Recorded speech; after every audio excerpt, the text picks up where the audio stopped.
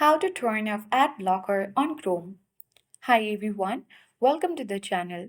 This is Rose and I'm here to guide you on how to turn off ad blocker on Chrome.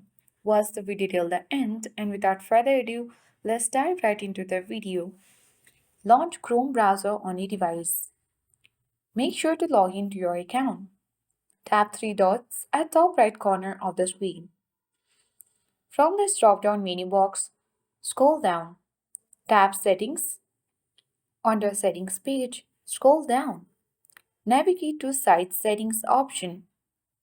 Scroll down. Under Content, select Popups and Redirects. Now toggle the button on, and Popups and Redirects are allowed, which will turn off ad blocker on Chrome. Come back, select Intrusive Ads. Currently, ads are blocked on sites known to show intrusive or misleading ads. Simply toggle the button on and any site you visit can show any ad to you. This will turn off ad blockers on Chrome. I hope this guide was helpful.